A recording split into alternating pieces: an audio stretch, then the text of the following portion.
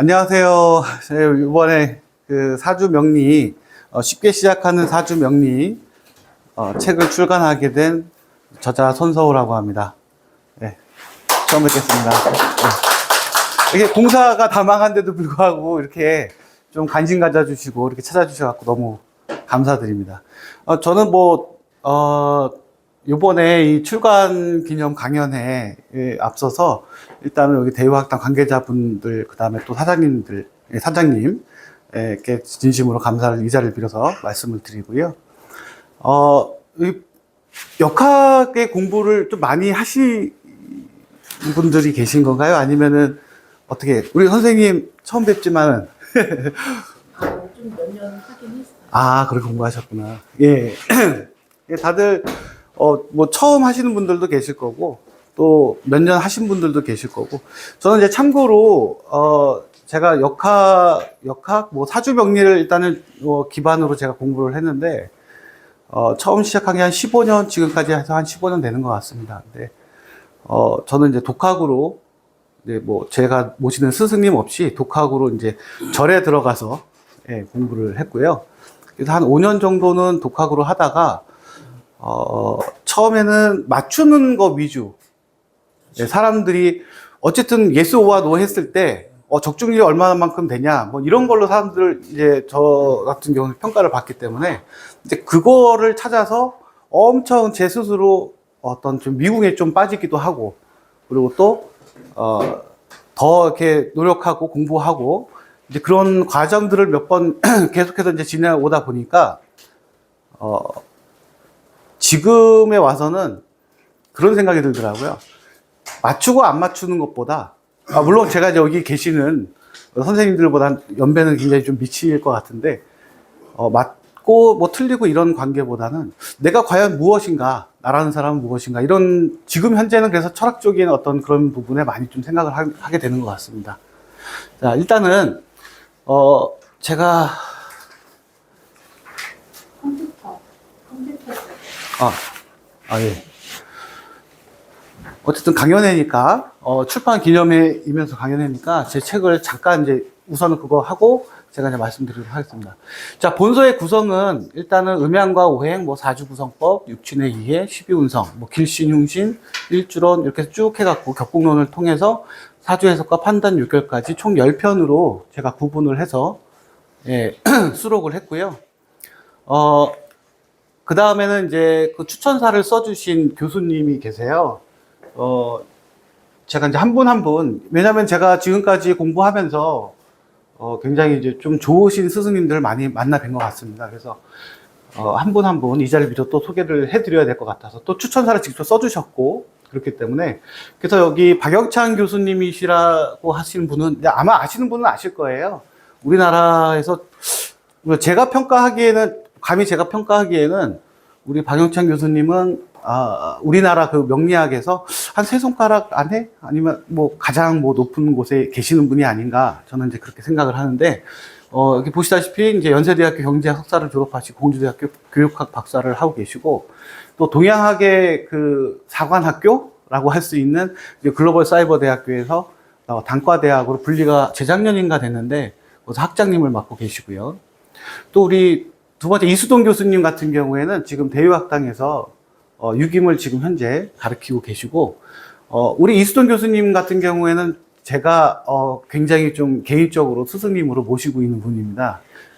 인격적으로나 모든 면에서 제가 많은 지도를 받고 있고, 또 교육도 많이 받았고요.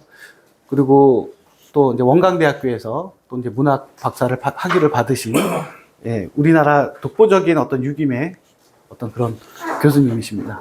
그리고 마지막에 이제 오희훈 교수님은 제가 한양대학교에 있었을 때, 학과 교수님으로 저를 지도해 주셨던 분이고, 전문 분야는 주역과 도가철학 이런 쪽으로 이제 공부를 하셨던 분이고, 한국학중앙연구원 철학 박사를 받으신 교수님이십니다.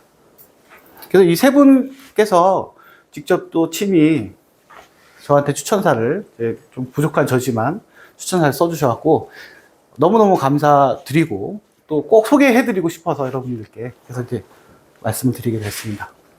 이거 좀 가리고 싶긴 하지만, 예, 저는 이제 제 소개를 간략히 드리면 지금 융합산업대학원 동양문화학과 석사를 졸업했고 지금은 이제 일반대학원 건축설계학과에서 이제 박사 과정에 있습니다. 근데 사람들이 많이 얘기를 해요. 왜 갑자기 동양학 전공을 계속 해오다가 건축설계학과를 들어갔느냐, 뭐 이런 말씀을 많이 하시는데, 제 개인적인 생각이지만, 우리나라 그 명리가 굉장히 지금 현재 시장에서도 그렇고, 미신이다, 혹은 터부시되는 경향이 굉장히 좀 강한 것 같아요. 그래서 저는 이제 그 고리를 좀 끊어보고자 하는 그런 노력과 어떤 역할을 좀 하고 싶다라는 어떤 그런 생각을 가지고 있었거든요. 근데 건축이라는 쪽은 뭐 한양대에서 건축학과는 굉장히 강한 어떤 그런 학과로도 알려져 있고요. 세계적으로도 그렇고요. 그래서 그쪽을 들어가서 그러니까 건축이나 공학 쪽에서는 굉장히 현실적이고 과학적인 분야이기도 하고 그래서 이 학과를 들어가면서 제가 조금 더 과학적이다. 이게 뭐 미신 어떤 그런 개념이 아니라 좀 더 과학적이다라는 거를 좀 증명하고 또 여기 들어갔을 때는 이제 풍수지리로 제가 이제 들어갔기 때문에 그리고 여기 저를 지금 지도해 주시는 그 김한용 교수님이라고 계시는데 그 교수님께서 저를 이제 거두어 주신 거죠. 그래서 제가 이러한 공부를 하고 싶고 연구를 하고 싶다 했는데 흔쾌히 예, 그렇게 저를 받아주셨고 그래서 이제 연구를 이제 이쪽에서 진행을 하게 됐습니다. 자, 이제 본격적으로 사주란 무엇인가에 대해서 이제 제가 설명을 드리기 전에, 우리 선생님. 주담은 제가 모르니까 그냥 선생님이라고 말씀드리겠습니다. 사주란 무엇이라고 생각하시는지. 배우면 4개의 기둥이고. 예, 4개의 기둥, 맞습니다. 예. 4개의 기둥이고, 글쎄, 사주 그러면 제가 많은 분들이 그렇게 말씀을 하시더라고요. 그러니까 4개의 기둥조차도 일반인들 같은 경우는 몰라요. 이제 우리 같은 경우는 조금이라도 공부하신 분이라면 4개의 기둥이다라고 이제 말씀을 하시겠지만 일반인들 같은 경우 사주가 뭐냐고 하면은 뭐 점 보는 거다. 대부분 일반적으로 그렇게 이제 말씀을 하시는데 아까도 제가 말씀드렸듯이 사주라는 거는 저는 철학이라는 개념하고 되게 좀 연관을 많이 짓거든요. 근데 제가 최근에 이 책을 모 대학에 학생한테 이제 한 권을 나눠줬는데 그 친구가 자기 학과에서 엄청나게 인기를 얻었다는 거예요. 그래갖고 뭐 때문에 그러냐 했더니 제 책에 담기는 일주론이 담겨 있습니다. 근데 뭐 일주론에 길게 제가 장황하게 쓰진 않았지만 조금 책이 지루할 수 있을 것 같아서 중간에 껴놓은 어떤 뭐 부록 같은 어떤 그런 내용들이거든요. 근데 어떻게 공부를 했는지 만세력 보는 법을 금방 익힌 거예요. 젊은 사람이다 보니까. 그러면서 거기에 나와 있는 일주론을 대비해서 사람들한테 너는 무슨 일주고 이제 얘기를 해주니까 굉장히 재미있어가지고 난리가 났다는 거예요. 교수님까지 이제 저한테 찾아가고 책 좀 달라고 좀 그렇게 말씀하실 정도로.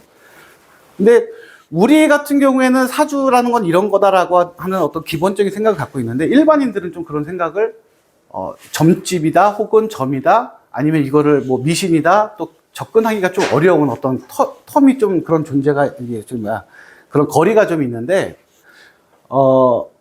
이 부분을 우리 같은 사람, 그러니까 여기 공부하시는 분들도 마찬가지시겠지만 우리 같은 사람이 그 갭을 조금 더 줄여 나가는 어떤 그런 역할을 하는 게 굉장히 중요하지 않을까. 좀 더 흥미로운 주제를 가지고 예, 그래서 여기서 제가 썼던 사주란 무엇인가라는 거는 점의 개념을 떠나서 아까 말씀드렸듯이 좀 더 철학적이고 좀 더 내 인생이 무엇인지. 제가 얼마 전에 유튜브를 하나 봤는데 거기에 어떤 분이 그 말씀을 하시더라고요. 나중에 죽을 때 내가 무엇을 했고 어떤 존재였는지를 알고 가는 거는 굉장히 다른 부분이다라고 그런 말을 해요. 그분이 아마 돌아가신 지 20년 전에 돌아가신 것 같은데 그 영상이 제가 최근에 이제 뭐 이렇게 보다가 이제 우연치 않게 보게 됐는데 사주라는 것은 그런 것 같습니다. 제가 봤을 때 맞추고 안 맞추는 개념은 뭐 우리들 어떤 경제적인 상황을 어떤 한 분야의 경제적인 상황을 어떤 극복하거나 혹은 마련하기 위해서 우리에게 필요한 어떤 한 부분일 수도 있겠지만 더 중요한 것은 우리가 좀 짊어지고 가야 될 역할에 대해서도 조금 더 깊게 좀 생각해 봐야 되지 않을까 저는 지금 그런 생각을 하거든요. 아까 선생님께서 말씀하신 사주라는 것은 4개의 기둥이고요. 그 다음에 그 4개의 기둥에 8글자가 있으면 사주팔자라고 하는 거겠죠. 그죠?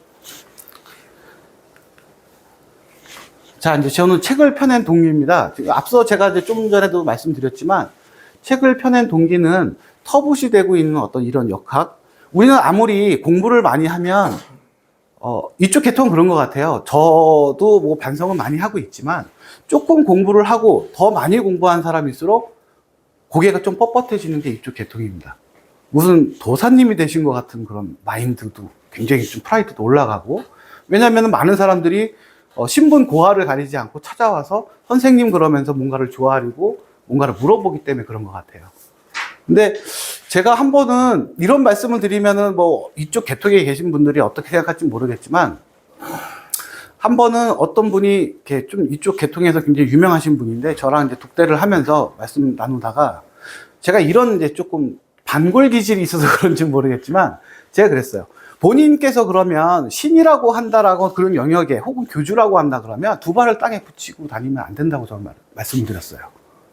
그러니까 다 같은 사람이고 똑같은 평등한 어떤 그런 건데 우리는 그냥 조금 그 부호를 읽는 방식을 아는 사람들, 읽을 줄 아는 사람들일 뿐인 거지 그 어떤 나에게 상담을 받고 뭔가 그 어떤 뭐 구원의 손길을 바라는 사람들이 있어서 선각자적인 그런 사람들은 절대 아니거든요. 우리 스스로 이제 그런 역할에 대해서 그런 마인드에 대해서 조금 더 겸손해지고 좀 내려놔야 되지 않을까. 예, 그러면서 일단 제가 이 책을 펴내낸 동기는 그런 마인드가 없었다면 아마 이 책을 쓰지 못했을 것 같습니다. 왜냐하면 제가 이 책을 쓰지 않아도 너무 좋은 책들이 많거든요. 예, 너무나 좋은 책들도 많고, 또 저보다 많이 아시는 분들도 많고, 예. 근데 그분들이 써낸 어떤 책들은 다 본인들의 어떤 프라이드를 증명하기 위한, 그래서 초보 혹은 입문자분들께서 이해하기가 힘든 내용들이 너무나 많이 담겨져 있었다라는 거죠. 그래서 예전에 제가 지금 아까도 뭐 계속 반복적으로 말씀드리지만 저는 그 틀을 좀 낮추고 싶었고요. 남녀노소 누구나 진짜 다 읽어서 다 이해할 수 있는, 그리고 제가 뭐 석사 때도 뭐 논문을 썼을 때도 좀 그런 기존의 논문의 틀을 좀 파괴하고 싶은 어떤 그런 마인드도 굉장히 강했었고, 그래서 좀 쉽게 써내려가고 또 가독성이 좋은 어떤 그런 책을 쓰고 싶었기 때문에 이 책을 이제 쓰게 된 거죠. 자, 다음은 이제 음양과 오행입니다. 우리 이제 역학을 하는 사람들은 항상 접하는 게 음양과 오행이죠. 그래서 이 음양과 오행은 되게 따분해 하세요. 왜냐하면 뭐 책을 전문 서적을 접하지 않더라도 음양과 오행에 대해서는 누구나가 다 그거 모르는 사람이 누가 있어. 남자는 양이고 여자는 음이지. 뭐 이런 개념으로 이제 접근을 하시는데 음양과 오행이라고 하는 개념은 어떻게 보면은 철학의 개념에서 온 거거든요. 그러니까 우리가 쉽게 아는 뭐 밖이 뭐 따뜻하니까 양이고 아니니까 뭐 음이고 이런 단순한 어떤 그런 대립적인, 뭐 영어로는 오포넌트라고도 얘기를 하지만 별자리 뭐 점성학에서는 그렇게 얘기합니다. 근데 그런 개념에 그러니까 쉽게 접근할 수 있는 그런 개념이 아니라 제가 책 머리에도 음양과 오행에 대해서 조금 그래도 뭐 길게는 다루지는 않았지만 간략하게 흥미를 잃어버리지 마시라고 간략하게만 적었지만, 이 음양과 오행이라는 데서는 과거에 그 중국의 춘추 전국시대 이전부터 해가지고 이 음양과 오행이 나오면서 많은 계급들이 생기고, 그다음 뭐 유가라든지 불교라든지 어떤 불교도 뭐 도가 사상의 어떤 그런 또 접목된 부분이 있으니까요. 이 음양 오행에 대해서 많은 사람들이 먹고 살았고요. 많은 계급들이 또 생겼습니다. 그만큼 굉장히 중요한 부분인데 너무나 일반적인 어떤 형태로 우리가 그냥 받아들이고 있기 때문에 제가 음양과 오행에 대해서 조금 더 구분을 하시라고, 조금 더 깊게 생각하시는 게 좀 어떨까, 이제 그런 부분에서 제가 이제 책 머리에 이제 넣었는데, 이 음양과 오행에 대해서 또 설명을 드리면 좀 장황하게 될 것 같아서요. 그래서 요쯤 하고 이제 넘어가겠습니다. 자, 이제 12신살입니다. 우리 그 12신살, 우리 선생님 12신살 잘 모르세요? 몰라요? 예. 일단 살이니까 나쁜 거겠죠? 나쁘다고 보겠죠? 예. 12신살은 12개의 살입니다. 12개의 살.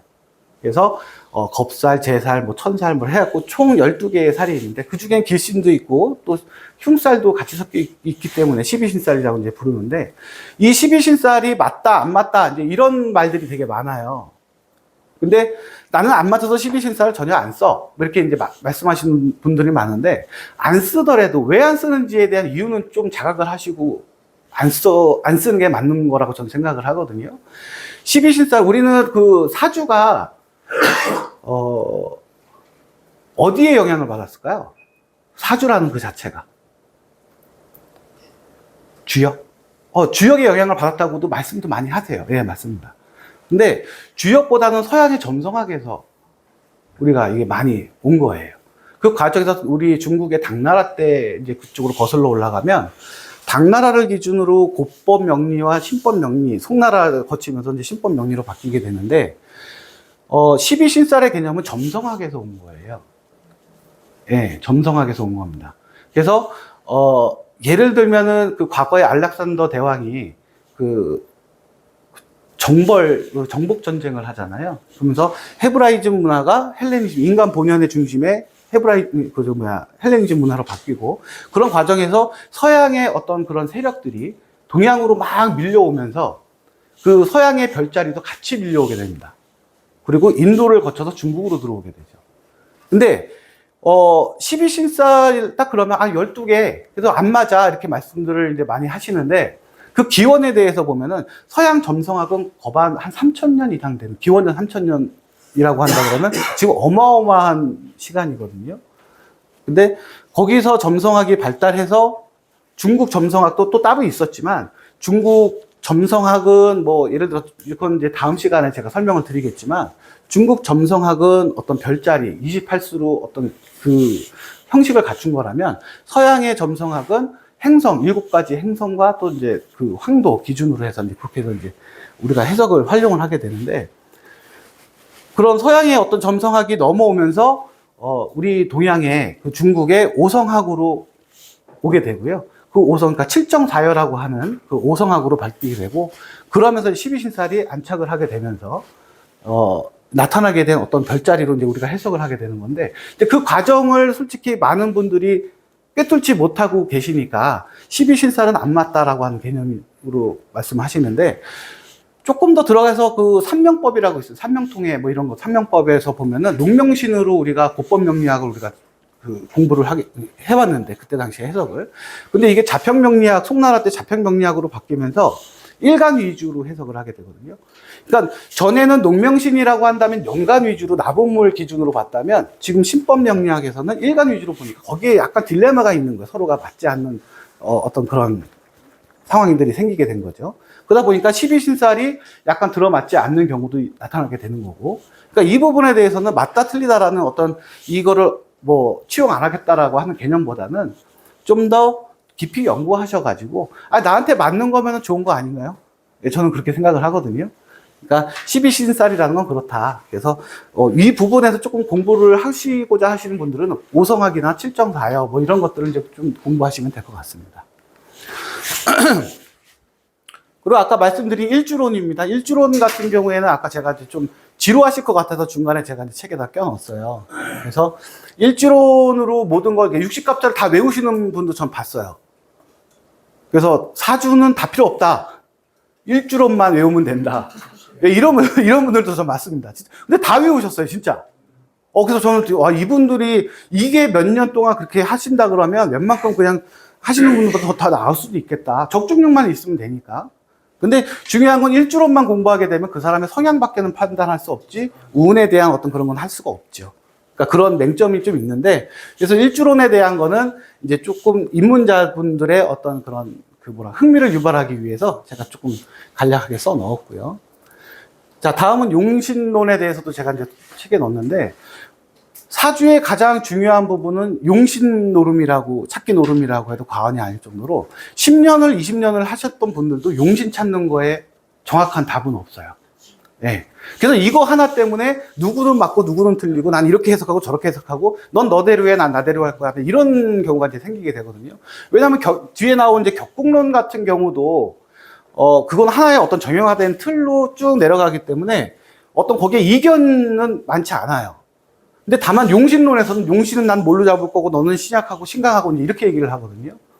근데 실제적으로도 보면 공부를 적게 한 사람이 맞을 때도 있고요. 용신론을 본다 그러면. 예, 불과 한 1, 2년 하고 뭐 이렇게 상담을 하시는 분들도 계시니까. 근데 그분들이 잘 보시는 분들도 계시고요. 10년을 하고도 뭐 20년을 하고도 용신을 잘못 잡아서 어떤 전혀 반대적인 어떤 그런 결과가 나오는 그런 경우를 많이 보게 되는데, 이 용신에 대해서 간략하게나마 제가 명확하게 조금 가릴 수 있는 부분을 좀 책에 담았는데, 이것조차도 너무 깊게 들어가면 이게 지쳐버리거든요. 그래서 어느 정도 흥미를 유발하면서 기본적인 어떤 데이터를 갖출 수 있게끔 그렇게 제가 책의 구성을 해 놓았습니다. 좀 전에 말씀드린 이제 격국론이죠. 격국론에서 근데 이건 적용화된 틀일 수도 있겠는데, 그건 제 개인적인 생각이지만, 이 격국론에서 많은 분들이 포기하세요. 네. 격국론, 이제 용신론까지는 그냥 그렇게 왔어. 어떻게. 왔는데, 격국은 이건 뭐야 또. 마지막에 이제 관문이기도 합니다. 근데 여기까지 오다가 격국론에서, 야, 난 이제 이거는 못하겠어. 그래서 격국론 안 맞아 하고 제껴버리시는 분들도 계세요. 오히려. 그래서 나는 격국으로 안 보고, 뭐, 일간, 뭐, 일주 중심의, 뭐, 어떤, 예, 물상론, 그렇죠. 예, 물상론 아니면은 뭐, 그 어떤 그걸 뭐라죠? 예, 그렇죠. 예. 그런 것들 아니면 십성의 그거를 위주로 해서, 그 다음에 또 세운이 다가오는 그 운에 뭐, 충하고 합하고 뭐, 이런 것들의 위주로 해가지고 푸시는 분들이 많은데, 제가 개인적으로 이렇게 봤을 때요. 이런 실험을 했었습니다. 1년 동안 격국으로만 제가 상담을 했어요. 맞고 틀리고만 이거 연연하지 말고 1년 동안 격국론만 가지고 한번 설명을 해보자. 근데 손님이 다 떨어져 나갔습니다. 네, 이게 떨어져 나갔다는 건 좀 표현이 그렇고, 거의 그러니까 100이라고 하는 수치를 본다 그러면 남은, 그러니까 저하고 같이 상담하시고 이제 오랫동안 찾아보신 분들에 비해서, 그러니까 그 비율을 보면은 약 70%가 줄었어요. 네. 이건 제가 제 개인적인 상담 어떤 결과인데, 그만큼 격국론이 무용지물이다라는 말씀을 드리는 게 아니라, 저로서는 일단 개인적으로 봤을 때 좀 맞지 않았다. 예, 전 적중률이 상당히 많이 떨어지더라. 이런 거를 제가 생각을 했고, 물론 이제 기라성 같은 또 우리 이 격국을 또 완성시키신, 이론을 완성시키신 어떤 고법부터 시작해서 그런 유명하신 학자분들께서 만든 이론이지만, 제가 봤을 때는 이게 조금 많이 쉽지 않다. 예. 쉽지 않다. 그러니까 그럼 격국론이 어디서 강점을 보이느냐? 성향이나 이 사람이 해야 될 어떤 그런 그릇의 크기를 판단하는 정도까지는 격국론은 맞다. 예. 그 정도까지가 제가 1년 동안 제사를 깎으면서 만든 하나의 교훈이었습니다. 예, 그렇죠. 그래서 격국론은 이걸로 보시는 분들이, 이거 최고다. 이렇게 말씀하시는 분들 분명 계실 겁니다. 근데 그분들한테는 제 말씀이 어떻게 들리실지 모르겠지만, 근데 그분의 어떤 그런, 뭐랄까, 활용적인 어떤 부분이 있을 거고, 근데 저는 일단 객관적으로 말씀드리려고 노력을 많이 드리는데, 격국론은 저한테는 조금 힘든 어떤, 과정이었다라고 말씀은 드리지만, 중요한 건 취용하고 안 하고는 일단 그 뭔가를 반대하고 비평하기 위해서는 반드시 내가 이 논리를 다 습득한 이후에 비평을 해야 된다는 얘기죠. 근데 우리는 일반적으로 내가 하기 싫어서 내가 못할 것 같으니까, 혹은 남들이 아니라고 했으니까 이걸 안 해버리는 거하고는 전혀 다르다라는 얘기입니다. 예. 벌써 얼마 안 됐는데. 자.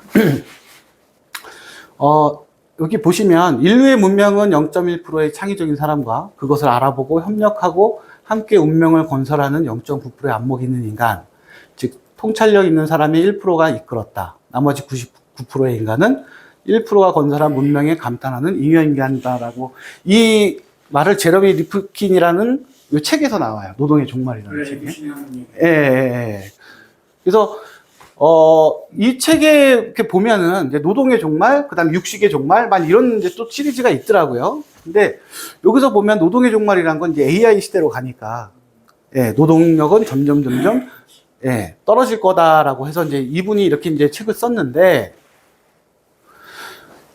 저는 그냥 처음에는 그냥 그런 줄만 알았어요. 그냥 이 책의 제목을 보고 접하기 전까지는. 자, 근데 이 왼쪽에 있는 사람이 누굴까요? 모르시죠? 저도 몰랐어요. 예.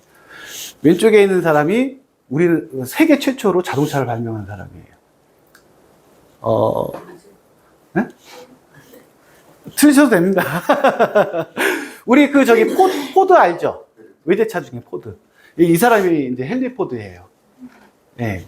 미국에 이제 설립한 헨리 포드라는 이 사람이 가장 우리 세계 최초로 자동차를 개발했는데, 이 사람은 그러면 누굴까요? 전 세계적으로, 이 당시에 전 세계적으로 아마 세계 갑부 1, 2위를 다퉜던 사람이었었어요. 네? 아니요. 존 데이비슨 록펠러라는 사람이에요. 네. 제가 이제 이 두 사람의 사진을 이제 제가 이제 여기다 띄워놓은 이유는, 이 사람, 그러니까, 헨리 포드라는 사람 같은 경우에는 1%의 사람이었었던 거죠. 지구상에. 왜냐하면 최초로 자동차를 개발했기 때문에 그렇습니다. 그렇죠? 근데 그 당시에 어떤 조류가 있었냐면, 자동차, 아유, 그 말도 안 되는 소리 하지 마 라고 얘기했거든요. 네. 말도 안 되는 소리 하지 말라고. 근데 이 사람은 그걸 이루어냈습니다. 그죠? 근데 앞서 보면 이 사람은 분명 0.1%의 창의적인 사람이었었어요. 네. 근데 나머지는 0.9%의 안목이 있는 인간이거든요. 이 사람은 석유 재벌이에요. 자동차를 개발한 걸 보고 이 사람은 그러면 나는 석유가 있어야겠다라고 생각을 했던 거죠. 그래서 전 세계 독점권을 95%, 전 세계 석유 할 수 있는 독점권을 95%를 장악했던 인물입니다. 그러니까 제가 이 두 분의 사진을 올리게 된 이유는요, 가장 중요한 점은 그런 것 같아요. 사주 명리가 AI 시대에 살아남을 수 있을까? 이런 게 굉장히 좀 많이 좀 그런 이슈가 되고 있어요. 사회적인 이슈가 되고 있는데, 걱정은 안 하셔도 됩니다. 이 계통으로 나가실 분 같은 경우에는 가장 먼저 사라질 직업이 뭔지 아세요? AI 시대에. 세무사. 세무사, 맞습니다. 그 중에 속해 있어, 그 부류에. 뭐, 판사, 변호사, 뭐, 이렇게 세무사, 뭐, 이런 에 속해 있죠. 왜냐면 AI가 다 대체 가능하거든요. 근데, 사주 명리, 역학 그 퍼센테이지를 실제 조사한 걸 제가 직접 눈으로 본 거를 말씀드리는 건데, 제일 낮은 순위에 있어요. 그러니까, 100가지를, 그 순위를 매겼다면 거의 99등 100등이었었어요. 예. 그러니까 AI가 대체할 수 없는 영역이고 직업이다라는 거죠. 예. 근데 저도 솔직히 99%의 잉여인간으로 살아왔거든요. 예. 저도 어떤 개발을 하려고 했거나 뭐 이끌려고 했거나 그런 마인드는 없었으니까 저도 그냥 99%의 잉여인간이었었습니다. 근데 지금 제가 한 15년 가까이 이걸 하면서 우리나라가 병폐라고 하긴 좀 뭐한데 안 되는 게 한 가지 있더라고요. 통합이 안 돼요. 이거는 저뿐만이 아니라 어느 분들도 다 노력을 하셨을 거다 저는 보거든요. 그래서 제가 앞서서 제 소개를 할 때 제가 건축 설계학과를 간 이유가 그거예요. 그러니까 현실적으로 앞서 가려고 하는 그 노력들이 다른 사람들한테는 어떻게 보이는지에 대해서 전 잘 알고 있거든요. 왜냐하면 저도 누군가의 롤 모델을 정하고 여기까지 걸어왔기 때문에 그렇습니다. 그래서 감히 제가 이제 꿈이 있다면 또 사회적인 역할이 있다라고 생각했을 땐 저는 뭐 이 두 분과 같은 큰 반향을 일으키는 못하겠지만 적어도 0.9% 안에 들어가려고 하는 인식을 하고 있고 노력을 하고 있고 고무적인 역할을 하려고 하는 노력을 하고 있다라는 말씀을 드리고자 하는 거죠. 예.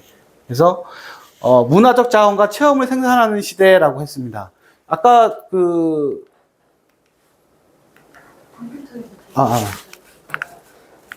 아니, 마우스. 학업된 거죠. 네. 네, 노동의 종말이라고 했지만, 우리는 이 상담업이라는 그 자체가 노동하고는 전혀 관계가 없습니다. 어찌 보면요. 물론, 브레인의 노동은 될 수가 있겠죠. 그리고 제가 상담을 조금, 요 근래 들어서 기피를 하고 있는 경향인데, 왜냐면, 약간 정신과를 많이 다녔어요. 최근에. 그러니까, 마음 아프신 분들이 그렇게 많다라는 얘기죠. 근데 앞으로는 더 많아질 겁니다. 그리고 제가 한 5년 전서부터 제 주변인들과 모든 분들께 말씀드린 게, 그런 사회적 이슈를 어떤 좀 극단적으로 제가 표현하려고 어떤 관종의 어떤 그런 말씀을 드리려고 하는 게 아니라 어떤 그 한강이나 이런 데서 투신 자살이라든지 이런 일들이 굉장히 많이 일어날 거다라고 말씀을 항상 그렇게 얘기를 했거든요. 그게 왜냐면 우리가 물질 만능주의로 가면서 이제 AI 시대로 가면서 사람은 더 움직이지 않기 때문에 움직이지 않으면 뭔가를 자꾸 추구하게 돼 있거든요. 근데 그 추구하는 게 굉장히 형이상학적인 쪽으로 많이 갈 거다라는 얘기죠. 왜냐면 기계보다는 사람은 도태될 수밖에 없기 때문에 그렇습니다. 노동력도 그렇고. 근데 인공지능과 AI는 조금 다른 부분이 있을 것 같아요. 그 근본을 이렇게 본질을 쫓아가서 이제 들여다보게 되면 우리가 터미네이터에서 보는 그 AI라고 해야 할까요? 자기가 스스로 생각을 하죠. 근데 지금은 자기가 스스로 생각하진 않아요. 입력값에 그대로 표현만 하는 것 뿐입니다. 그러니까 1차적인 단계예요. 근데 이게 앞으로 한 20, 30년 후면 어떻게 될지는 모르겠죠. 근데 중요한 건 터미네이터에서 나왔던 영화가 현실적으로 벌어질 수도 있다는 얘기죠. 왜? 기계가 스스로 생각했을 땐 사람은 전혀 쓸모가 없는 세계가 올 수 있거든요. 그렇게 판단을 하면 사람을 죽일 수밖에 없기 때문에. 그러니까 터미네이터 영화가 현실적으로 한 20, 30년 후에는 일어날 수도 있다는 얘기로 볼 수도 있는 거겠죠. 근데 어쨌든 그건 조금 더 엇나간 얘기일 수도 있겠지만은 제가 말씀드리고 싶은 거는 감히 여기서 이렇게 이제 힘들게 역학을 공부하시고 어떤 수련을 하시고 이런 부분에 있어서 좀 더 사회적 역할까지는 생각하기는 아직 시간이 이를 수도 있겠지만 중요한 것은 제가 저도 스스로 먹고 사는 문제가 가장 뭐 시급했던 때도 있었거든요. 그러다 보니까는 얼른 뭐 상담을 해야 되고 어떻게 하면 더 상담을 많이 할 수 있을까 이런 생각을 많이 했는데 어느 정도 이제 뭐 그 깊이가 더해지다 보면은 본인이 하시는 역할이 어느 순간 딱 나타나게 눈앞에 이제 펼쳐지게 되거나 나타나게 되실 거다라는 거. 그 부분은 제가 꼭 말씀을 드리고자 합니다.